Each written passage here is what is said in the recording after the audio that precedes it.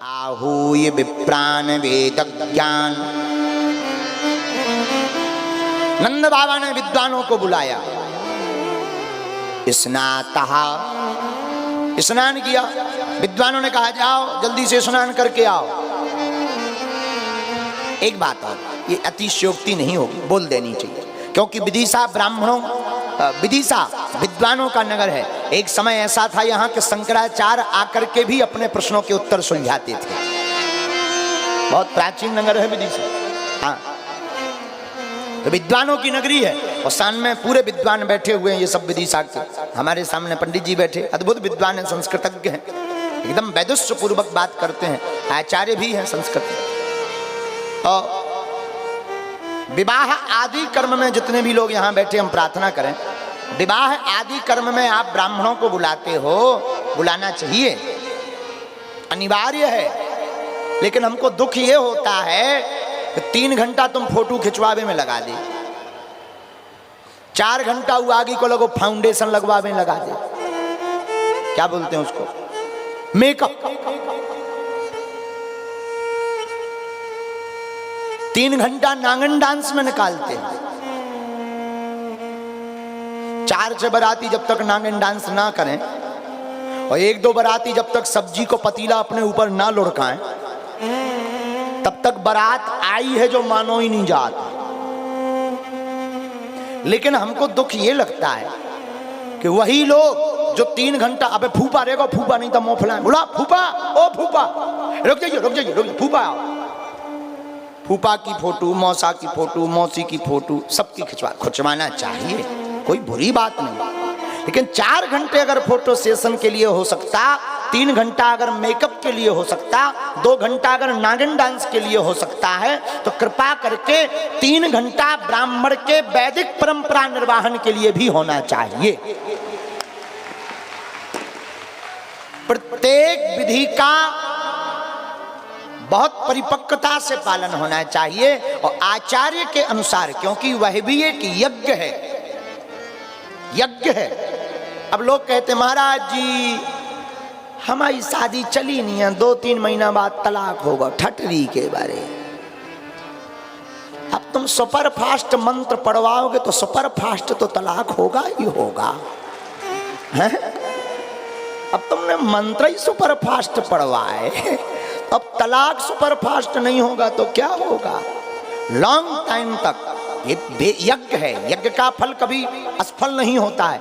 यज्ञ को परिपूर्ण रूप से होना चाहिए। आचार्यों को बुला करके विधि पूर्वक पाणिग्रहण परंपरा का निर्वाहन करना चाहिए।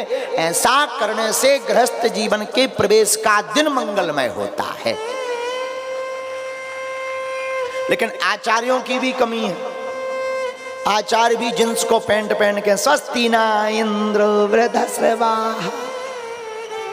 और एक हमें मिले, हम एक शादी में गए, फटो जींस को पैंट, हमने कहा इन्हें हटाओ। अरे बोले इन्हें कहा हटाओ, जी तो पंडित जी आए। हमने कहा जय हो, टी शर्ट पहने, बॉडी बनाए पंडित जी, अच्छी अच्छी खासी बॉडी, और सोने की चैन और चश्मा पीछे टंगो, और वे कर रहे स्वस्ति ना इंद्र वृद्ध, और बीच में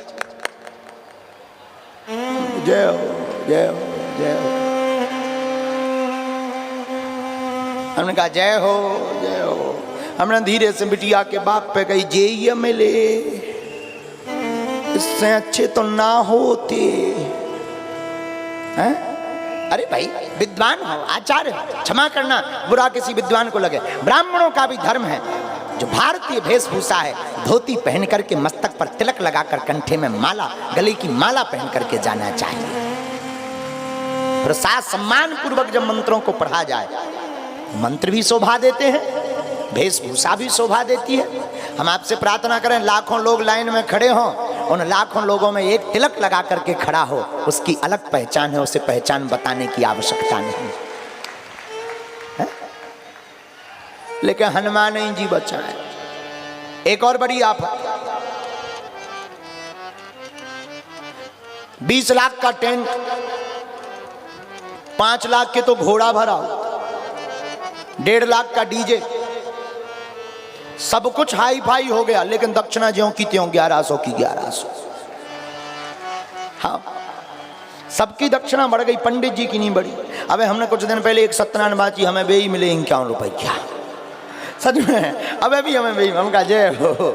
हमने कहा यार भैया 51 रुपया में तो आजकल डाटा नहीं आ रहा हुआ। ठीक है, लेकिन जो है वही ठीक है, स्वीकार है। लेकिन हमारा मतलब इसका कहने का ये है कि जो विद्वान है, विद्वानों की तो जीविका ही कर्म कांड है। तो अब लोग कहते हैं कि पंडित जी हमने अपना कर्म छोड़ दिया, अब बेचारे करें ना, जब पेट ही ना पले तो दूसरों न काहे ना करें। यजमान को खुद देखना चाहिए कि इनका परिवार का पालन पोषण हो, इतनी यजमान को दक्षिणा देनी चाहिए। क्योंकि आप उसमें दे रहे नांगन डांस वारण उड़ा रहे, अच्छी बात है, ये कोई बुरी बात नहीं, भगवान और करवाए आपके हाथों से। लेकिन जब दक्षिणा की बात आए तो इतनी संतुष्टि ब्राह्मण को देनी चाहिए ताकि वेद मंत्र पढ़ने वाले आचार्य को आपकी दक्षिणा के अलावा अन्य जगहों पर निर्भर ना रहना पड़े। तभी वह वेद पढ़ने वाले ब्राह्मण अपने बच्चों को वेद पढ़वाएंगे और हमारी संस्कृति तभी सुरक्षित रहेगी। इसके अलावा कोई उपाय नहीं है, सच में नहीं। आप चाहते हो कि वेद सुरक्षित और संरक्षित हो, तभी होंगे। उनकी जब जीविका चलेगी तभी वो ये कर पाएंगे, नहीं तो वो जीविका में फंसेंगे। जीविका में फंसेंगे फिर वेद कौन पढ़ेगा? बोलो सीताराम, जोर से बोलो। तो आहू ये विप्राण वेद ज्ञान स्नाता सुशील अलंकृता। नंद बाबा ने ब्राह्मणों को बुलाया, वेदज्ञ ब्राह्मणों को बुला करके स्वस्ति वाचन करवाया। वाचयित्वा स्वस्त्ययनम, स्वस्ति पाठ करवाया। ब्राह्मणों ने कहा जाओ स्नान करके आओ। नंद बाबा भागे भागे जमुना जी गए, जमुना जी में डुबकी लगाई, लौट करके आए। एक छोटो सो छोरा बोलो बाबा मैं तो को सजा दो। हाँ हाँ सजा दो भैया, श्रृंगार कर दो।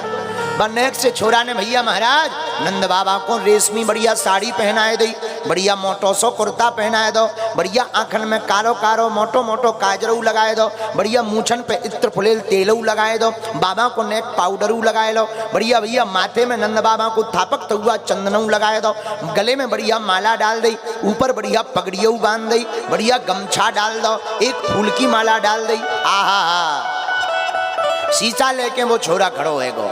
नंद बाबा ने नेक पगड़ी ठीक करी, नेक कुर्ता ठीक करो। बोले लाला जी बता मैं लग कैसो रहा हूं? तो छोरा बोलो बाबा सही सही बताऊं या झूठी? हाँ सही सही बता।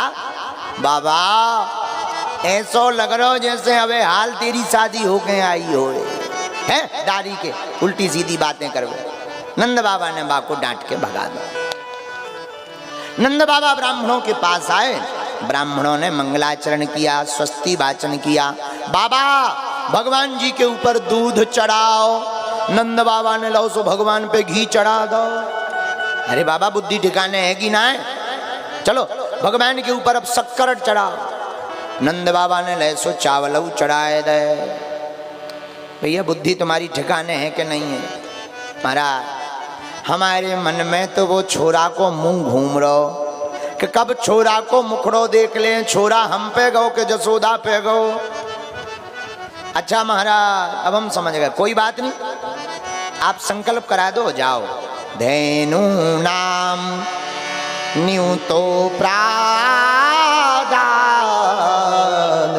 विप्रेभ्यः संलंकृते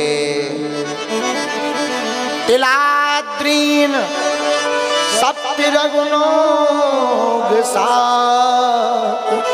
कौम्भाम्बरावृता।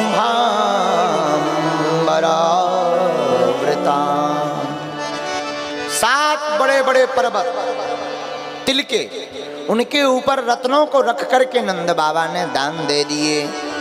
गायें दान दी, वस्त्र दान दिए, ब्राह्मणों को संतुष्ट किया। नंद बाबा ब्राह्मणों को प्रणाम करके और अपने भवन की ओर चल पड़े। आहा हा, भवन में आए तो ब्रजवासी ब्रजांगनाएं 56-56 गज के लंबे लंबे लहंगा पहन करके आई और द्वार में खूब कीच मची है, बधाई गब रही, जय जयकार हो रहा। कोई नगाड़े बजा रहे, कोई ढोल बजा रहे, कोई ढोलकिया बजा रहे, झांझ मंजीरा मृदंग बज रहा है। आहा, नंद बाबा भी भागे भागे आए। सारे ब्रजवासी बोले, ओ बाबा, हाँ छोरा को मुंह देखने हैं तो नाचने पड़ोगो। नंद बाबा बोले, हम तो आज तक नाए नाचे। ब्रजवासी बोले, बाबा नाए नाचोगे तो दर्शन नाए होंगे, छोरा को मुंह नाए मिलेगा देखने को। नंद बाबा बोले, हे भगवान कैसे नाचे? एक ब्रजवासी बोलो, बाबा एक सिर पे हाथ रखो, एक कमर पे रखो।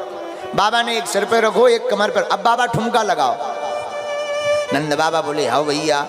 बाबा ठुमका लगा ही रहे थे, इतने में एक ब्रजवासी दही की मटकी लेके जा रहे हो, तो हे भगवान बाबा को नजर ना लग जाए। सोई बा ने पूरा दही नंद बाबा के ऊपर उड़े लगे, और जहां दही उड़े लो सोई फुरर फुरर करते हुए नंद बाबा प्रकट है।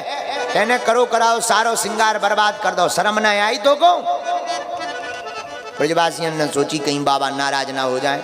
सोई एक ने चतुरता करते हुए कह दिया, बाबा छोरा को मुंह देखने के पहले दही से नहाना पड़ते हो।